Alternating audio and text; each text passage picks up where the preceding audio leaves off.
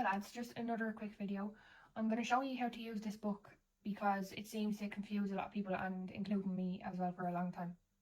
So I have a couple of regs questions here that I've made up myself, and I'm going to refer to these in order to show you how to find them. Right, so the first one says, with reference to the NSAI I.S. 10101, which 4 measures should be taken for the supports for catenary wires? So my advice would be, in the question, is to kind of highlight the words that pop out. So there will be, in this question it would be catenary. In this question it could be demand factor. In this question it could be TNCS. Kind of look for that. Those kind of words that are going to pop out. So I'm going to look for catenary here in the back of my book. So you always start in the back of the book. So here it is there. I just found catenary.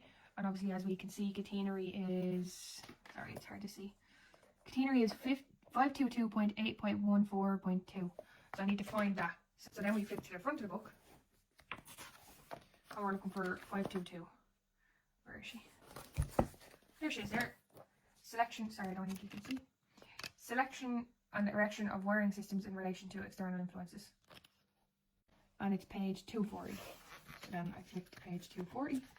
And now I'll start flicking through here, looking for catenary. Or you can go back to your index again. Find where you found your number. There she is there. So it's, I know it's 522.8.14.2.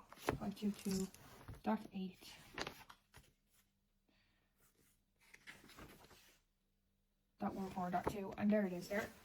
That's my answer for that question.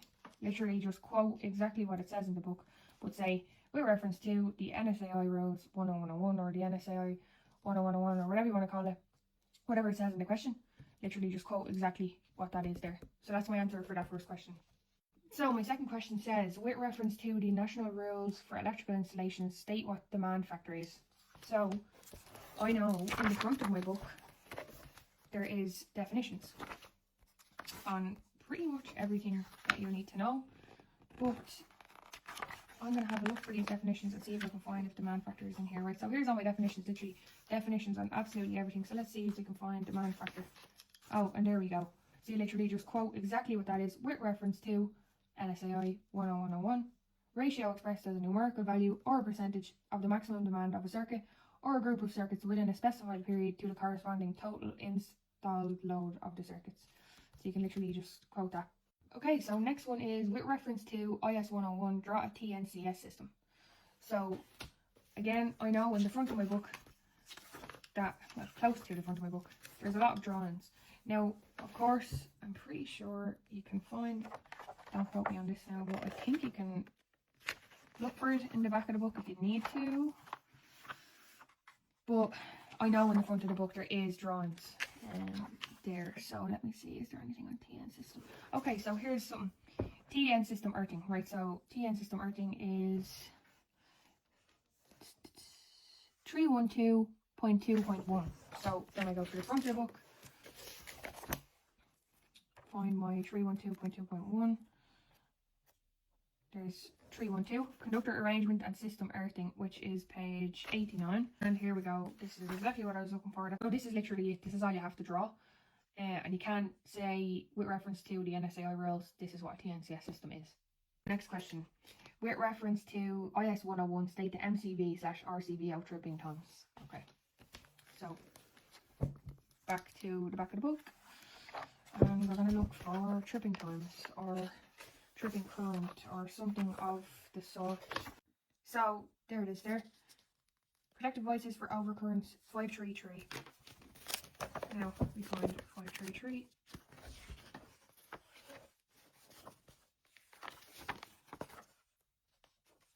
And there it is there. Devices for protection against overcurrent, which is page 268.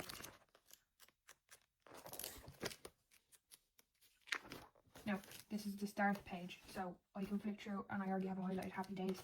Here's my answer. So for a B type, 3 to 5 times your rated current, 5 to 10 times your rated current for type C, and 10 to 20 times your rated current for type D. So that's my answer for that question.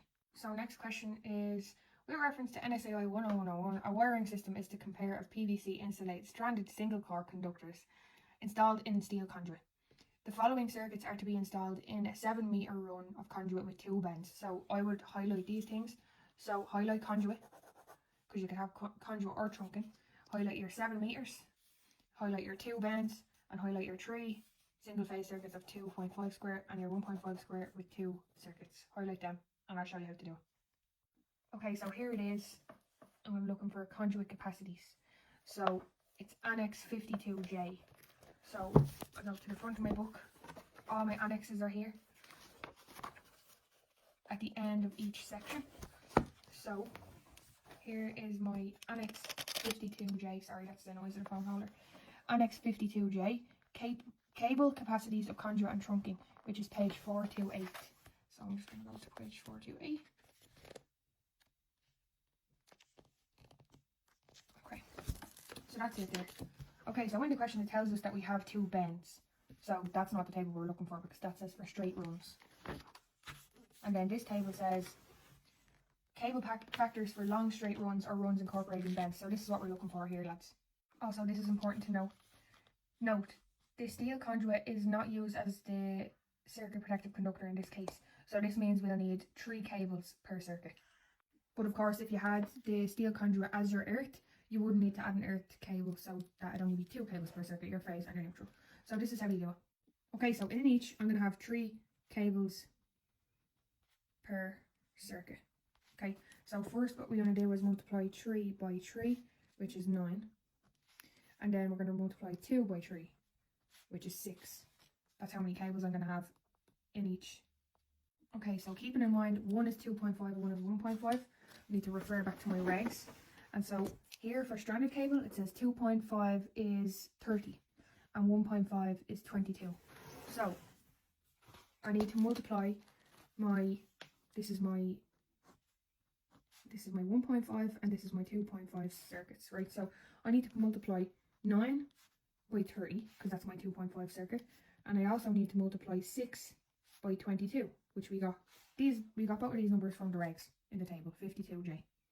Okay, so they're about the numbers I got when I multiplied them. So next thing we need to do now is add them. So 270 plus 132, because they're both going in the same conduit. So that's 2, that's 10, and that's 4. So that's 402. Okay, so we have 402 here. We need to remember that. And we need to refer back to our regs again. And so this is where we need the 7 meter run part and the 2 bends. So I'm going to run my finger down here and go, right, 7 meters, that's what we're looking for. 2 bends starts here. So I'm going to run my finger across. Okay, so will 103 fit into 40, or will 402 fit into 103? No, so that's not going to work. Will 169 fit in? No, that's not going to work. Will 311 fit in? Again, no, that's not going to work. But 563 is a bigger number than 402. That's what we're looking for. We want a bigger number on the regs book than we do in our copy. So that means 529. That means I have to use 32mm conduit in order to fit all those cables. And that's how you do that question, lads. If you have any other questions, let me know and I'll try help as best I can.